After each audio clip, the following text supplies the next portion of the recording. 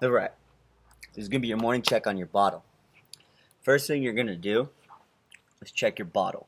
Inspect your bottle. Make sure that the strap is tight.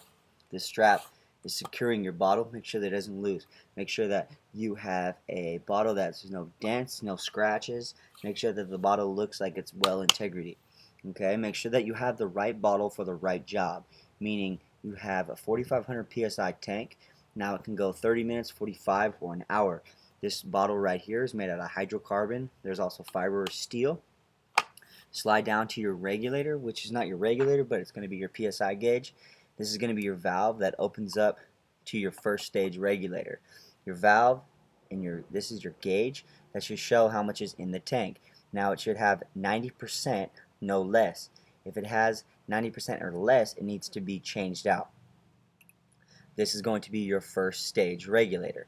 Now, one of the things you have to do is check and make sure that there is an O-ring inside of your regulator. Okay, so there is an O-ring. Make sure that the threads are good. Make sure that it goes back on to the bottle and it is secured. Okay, make sure that this is your low alarm. Make sure when you turn the bottle, you activate. Okay, turn the bottle. I turn the bottle on. Your low alarm should be going off. Okay, now when your low alarm is going off, it should shut off. If it does not shut off, that means something is open. Check your MMR. Make sure that your emergency or your purge valve is turned off. Make sure that your DON and DOF switch, there's a DON and DOF switch. Okay, not on this one, but the one at the drill tower, there's a DON and DOF switch. You push in or you push the little lever on top. And that should shut off your system and your low alarm should deactivate and go off. Okay, so make sure that's good. So then you go to you go up to here. This right here is a beaded hose. The beaded hose means it's high pressurized. Then it goes to your battery pack. Your battery pack feeds your pass alarm. Okay? So your battery pack feeds your pass alarm. There should be an orange light that's going off on your battery pack. Then you go to your pass alarm. Since you're at the battery pack, make sure you go to the pass alarm.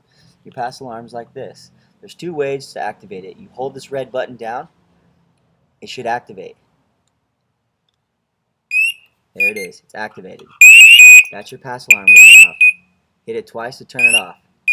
So, the other way to activate it is you hold it and it'll activate your pass automatically. Or you don't move for 30 seconds and it's going to go through 3 stages. Your first stage is your warning. Your second stage is it's going to go off. And your third stage is actually activating. That's your first stage. Your second stage. Deactivated. So now I'm going to turn it off.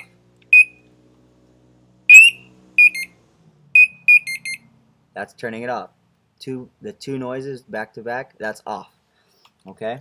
So when you crack your bottle, you check your gauge. This is also your gauge, your high pressure gauge. This is going to tell you what's in the tank. Now make sure that there's no more than 10% difference. And on your first stage regulator, you're going to have a UAC, which is going to be right here. So make sure that your UAC is clean, clear, and good. And also make sure the cap that's going on the UAC is good. My bottle is different, but in the drill tower, this is what the UAC is connected to here.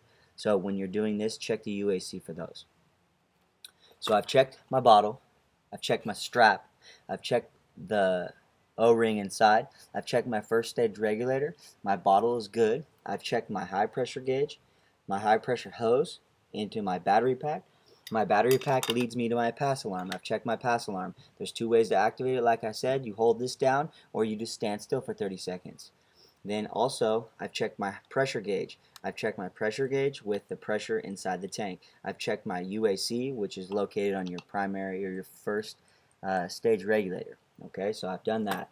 Then I'm going to go ahead and go over to the other side. This hose right here is going to be your low pressure gauge hose. No more than 250 psi can go through this hose, otherwise it can't hold. This hose goes to your MMR. Your MMR is your mask mounted regulator.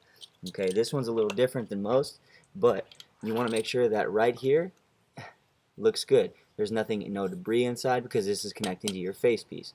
Now, in your face piece, there might be a heads-up display. So check your heads-up display and make sure it corresponds with your gauges. This is going to tell you how much is left in your tank.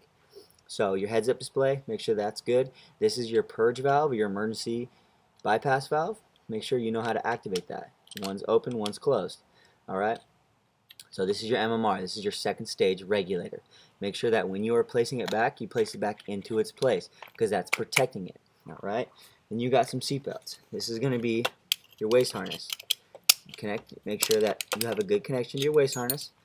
Go ahead and throw those back. Make sure that your harnesses here, make sure that these are good as well. Okay? These retract and they tighten. Okay? So then leave it in a ready position. So you've checked everything on the tank, from the valves to how much is in your gauge, to your low alarm, your UAC, your first stage regulator, up to your high pressure hose, to your battery pack, to your pass alarm. Okay? Then your pass alarm, you check your pass alarm. Make sure that activates and it works. Then you go and check your pressure in the tank. Make sure the pressure on your high pressure gauge is matching your pressure gauge in here, at least 10%. And your bottle should have 90% in the tank. If it has less than 90, replace it, like I said. Then go to your low pressure gauge, which is no more than 250 psi, to your MMR. Your MMR is your second stage regulator, which when you activate this to your mask and you plug this into your mask, it's going to give you 14.7 atmosphere pressure inside your mask. That's the bottle. Then you check your face piece. This is your face piece. Make sure that there's no scratches, dents, or punctures on the mask itself. Make sure there's nothing clogging the inside. Make sure that this strap is secured. Make sure that all this fits to your face. You want to make sure all these straps tighten and retract. And then you actually apply it to your face. And when you apply it to your face, do the suction test with your hand. And then also, you want to make sure that your MMR attaches to your face piece and it's secured. So your face piece and your MMR should have no problems. Make sure you're getting good breaths, make sure everything works, and then go ahead and dismount everything and DC all your equipment. But your face piece as well is just as involved as your bottle. So your face piece is done. Go ahead and set that down, and then you're ready for donning your PPE and your bottle.